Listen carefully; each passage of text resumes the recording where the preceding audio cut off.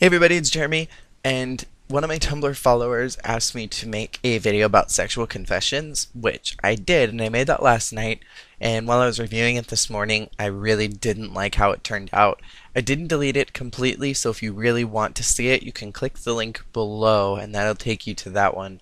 It's just a really short video, but I thought I would retake the idea and interpret it into something else. So today I'm going to be talking about an experience that was very much a big part of my life and very much a big influence on who I am. And I would like to talk about that today just so you guys can maybe get a little bit more knowledge about me, so you guys can get to know me a little bit better, kind of know who I used to be before I started vlogging, as well as a little bit of a cautionary tale to some people, or maybe even a little bit of advice to others. So when I was in 12th grade, I was introduced to the concept of porn through a friend, and it sounds worse than what it is. Basically, this friend told me about a word that I had never heard before, and so I looked it up, and I ended up finding a bunch of porn videos, and right from that moment, I was completely hooked on it. So I got addicted to porn for most of my high school, the rest of my high school life, and up until community college. Well, at age 18, my parents had gotten me a computer, and I used that to look at porn all the time. And before I was using my mom's computer, so I was only like looking at porn every once in a while. Whereas when I had my own, it was like every single night. And I eventually learned about webcamming, which I got very heavily involved in for about a year. And because I was looking at porn so much, I was really developing a sense of myself that I was unhealthy, that I was not normal looking, and that something was wrong with me. And I'll provide a few picture examples here. Most of the guys that are in porn, straight and gay porn, are ripped. They have very little body fat, and they have really defined abs, and they're very they're very thin, to say the least. And in a lot of ways, to get to that weight takes a long time, and sometimes that weight cannot be healthy because a lot of those guys aren't eating that much so that they can attain that weight level. And I remember looking at myself and looking at my stomach and thinking, I am a giant whale compared to these people. I was only like 190. I was hardly anything big. And I just told myself that I needed to lose weight. And so I stopped eating. And I ate maybe once a day. And that was usually something really small, like whatever my mom had packed me for my lunch for school, or whatever. During like the summertime, it was just a snack that I found around the house, so like chips or something, and then I would eat dinner, a very small portion of dinner, just so that it wasn't looking like I was completely starving myself. And so I was not eating, and in a month I dropped 40 pounds. And I tell people this nowadays, and a lot of people think, how did you not die? And to be honest, I really don't know.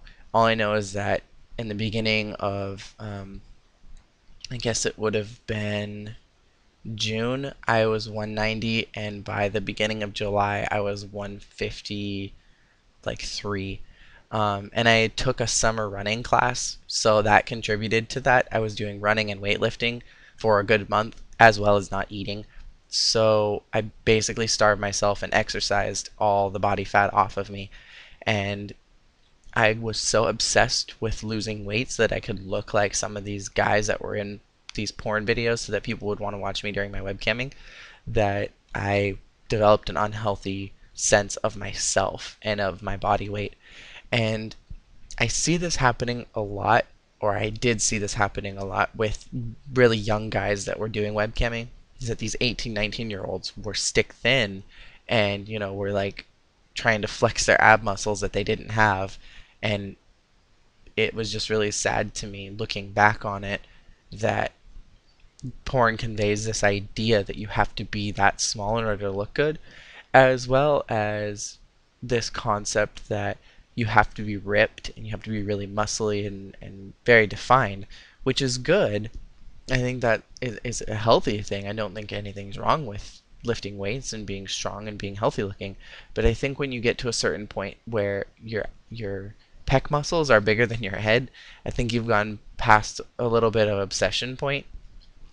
I also think that unless you are a football player, then you really don't need to be that big. And I see people on this campus that I go to school at all the time that are huge, gigantic guys, and they're science majors or art majors, whatever. And it seems like they're just big so that they can prove a societal point.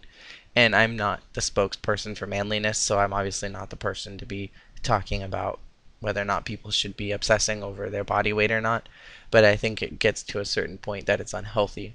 And I had definitely gotten to that point, and in some ways, I'm still very much into that, where I don't eat a lot because I'm so self conscious about my size and my waistline, and that seems like something that is so foreign, um, because that's not how it's always been. This has only been in development within, maybe like the last 10 to 20 years as far as guys are concerned. Guys usually don't care about their weight, but I see that being an ongoing trend is that guys are constantly obsessed with how they look and what their size is. And even my boyfriend, who is, I think, very thin, is very obsessive over his weight and really feels like he needs to lose weight. And very good friends of mine who are skinny, like tiny skinny, think they're fat. And these are guys. And I think it's sad about our culture that, and I don't think it's just porn, because I don't think every single guy in the world has looked at porn and has gotten this image. It's movies too. You look at all the movie stars we have, these old 50-year-old dudes are ripped, but the truth is that they have personal trainers to get them to that point. They're eating very little, and they really have nothing else to do. They have no stressors in their life to keep them from attaining that weight. And so I think it's just sad that that is the culture we live in, and I wanted to present that today in a cautionary tale. Is look at what society is telling you about your body image. Do you match that? And do you really want to match that? Because in the long run, unless you're going into a field like police work or the military or something where you have to be big, there's really not a reason to be that defined and that huge unless you're trying to attract a mate. And I think girls care about that only to a point.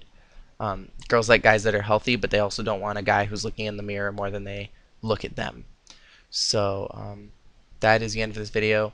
I hope that you guys um, have something to say. If you do, please put that down below. I would love to hear it. And I will talk to you guys later.